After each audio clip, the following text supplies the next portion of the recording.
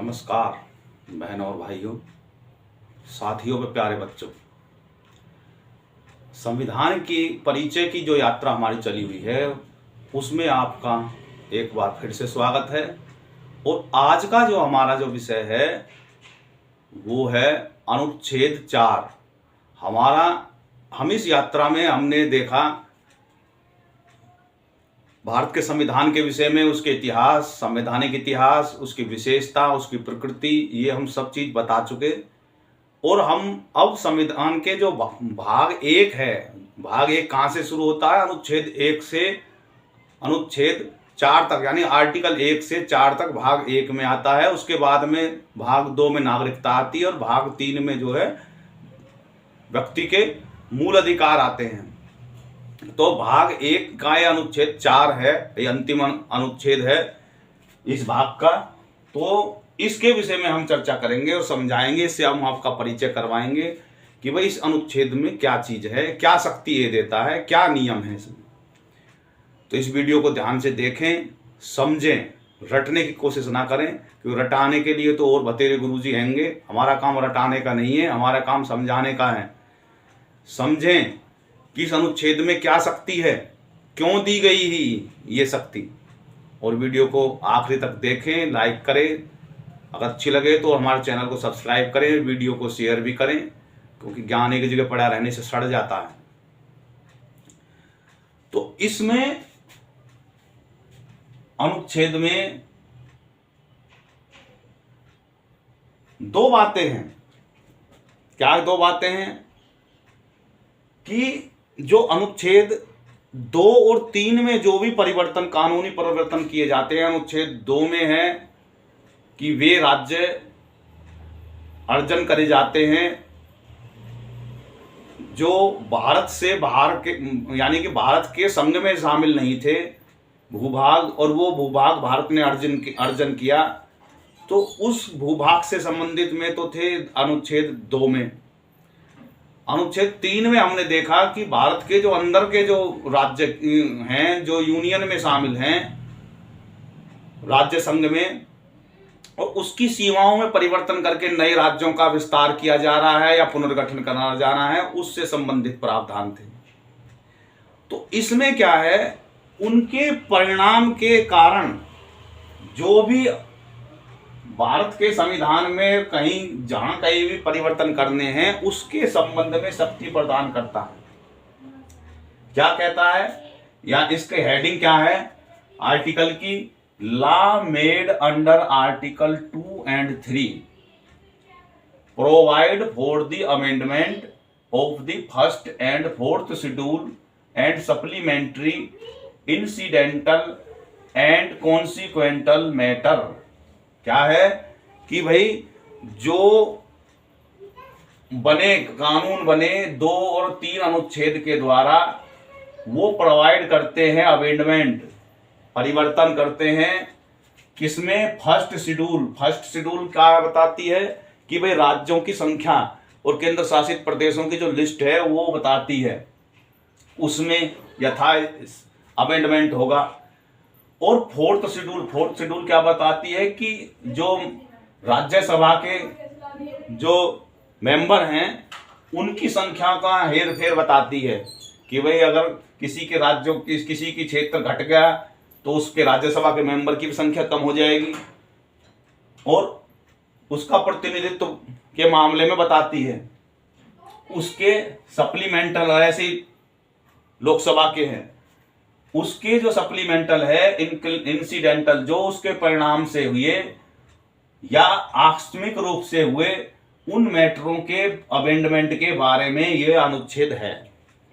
हिंदी में क्या है? अनुच्छेद 2 और 3 के अंतर्गत बनाए गए कानून प्रथम और चतुर्थ अनुसूची तथा पूरक, आकस्मिक और परिणामी मामलों में संशोधन के लिए प्रावधान करते हैं। तो ये उनके लिए प्रावधान करते हैं कि भाई उस जो अनुच्छेद 2 और 3 में जो परिवर्तन, जो नए कानून बने, जो परिवर्तन हुए, नए राज्य बने, उसके परिणाम स्वरूप जो परिस्थितियां बनी, जो उसमें शेड्यूल 1 और 4 में जो परिवर्तन, संशोधन होगा, उसके लिए इसमें नियम है। तो क्या है, हम अब इस विषय पे आते हैं। तो इसमें 2 क्लोज हैं। अनुच्छेद 4 में क्या है, 2 क्लोज हैं। पहले में क्या है, अनुच्छेद 4 क्लोज 1 में बताया गया है कि अनुच्छेद 2 या अनुच्छेद 3 में निर्दिष्ट किसी भी कानून के में प्रथम अनुसूची और चतुर्थ अनुसूची में संशोधन के लिए ऐसे प्रावधान होंगे जो कानून के प्रावधानों को प्रभावी बनाने के लिए आवश्यक हो।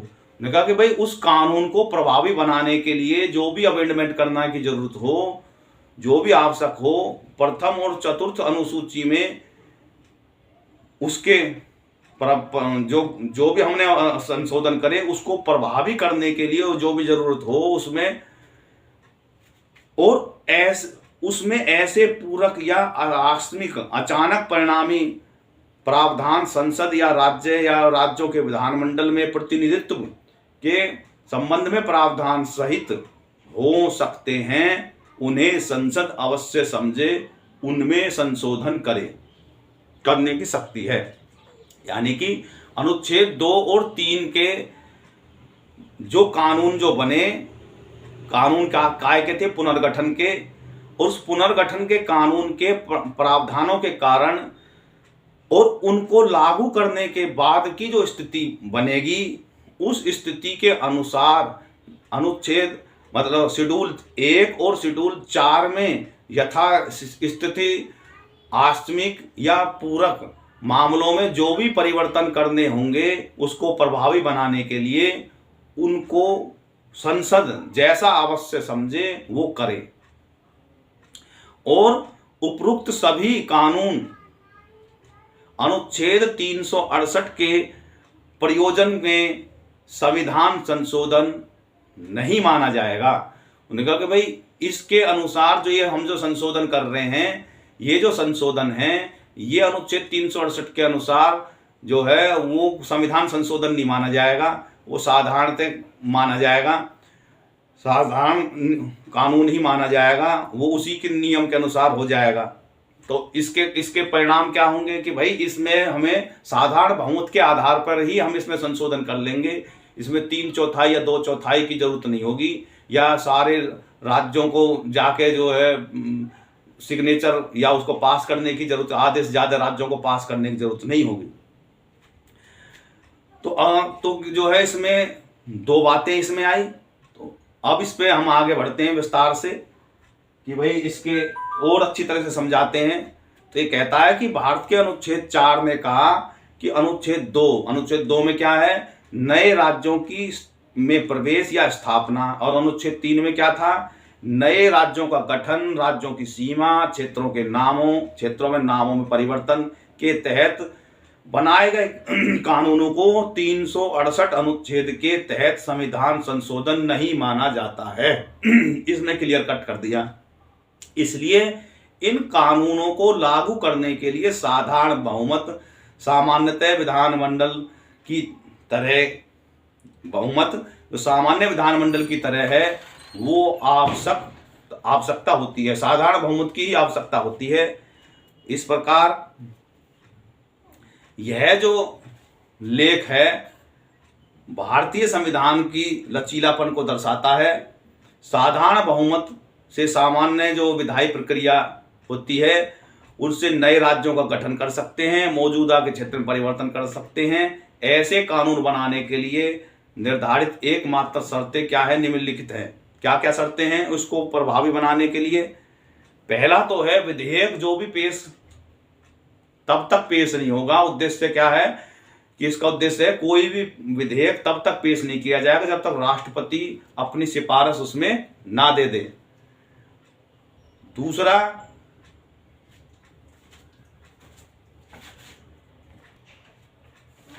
तो जैसा हमने बताया कि पहली जो इसमें कंडीशन है वो ये है कि राष्ट्रपति की बगैर सिफारिश के यह विधेयक पेश नहीं करा जा सकता। दूसरा, राष्ट्रपति अपनी सिफारिश देने से पहले विधेयक से संबंधित जो जो उसको प्रभावित करेगा उस विधानमंडल में स्पेसिफिक समय के भीतर परिवर्तनों पर विचार करने के लिए भेजेंगे। हालांकि राष्ट्रपति विधानमंडल की सिफारिश से बाध्य नहीं होंगे। इसलिए यदि संघ और कार्यपालिका और विधायिका चाहे तो क्षेत्र और भूभाग में परिवर्तन किया जा सकता है। तो 3 बातें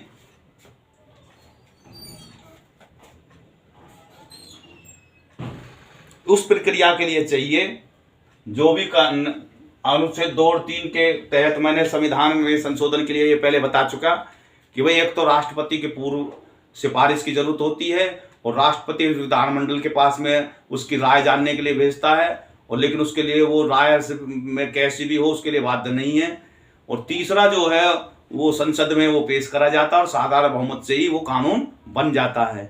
और इसके जो है अनुच्छेद 4 में जो बात आती है वो ये है कि भाई जो भी ये कानून जो भी ये 2 और 3 के लिए प्रक्रिया की जरूरत होती है वो अनुच्छेद 368 के अनुसार संविधान संशोधन नहीं होता, और साधारण बहुमत के अनुसार ही वो साधारण रीति जो प्रक्रिया होती है साधारण विधान संसद सदन की कानूनी प्रक्रियाओं की साधारण बहुमत की, उसी से ही ये कानून बन जाते हैं। तो इस प्रकार ये जो है इसके अनेकों उदाहरण इसमें सामने आते हैं। 1951 में पहला ही जो अधिनियम बना था वो असम की सीमा में परिवर्तन था। फिर 53 में आंध्र में नया राज्य बना भाषा के आधार पे, पहला राज्य।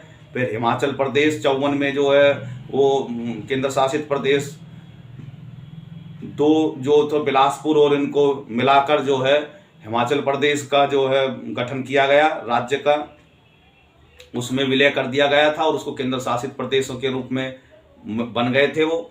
और फिर पश्चिम बंगाल के क्षेत्र हस्तांतरण किए गए थे 1956 में। तो इसके लिए जो है जो भी हस्तांतरण करे गए थे बिहार और पश्चिम बंगाल में एक दूसरे के यहाँ पे केरल का मौजूदा जो है राज्यों के बीच में हस्तांतरण, तो ये इस तरीके से आज सबसे लास्ट में जो है वो जम्मू कश्मीर का पुनर्गठन हुआ इसी के माध्यम से ही। तो हमारी जो इस वीडियो का जो प्रयोजन था वो था कि इससे अनुच्छेद से परिचय कराना।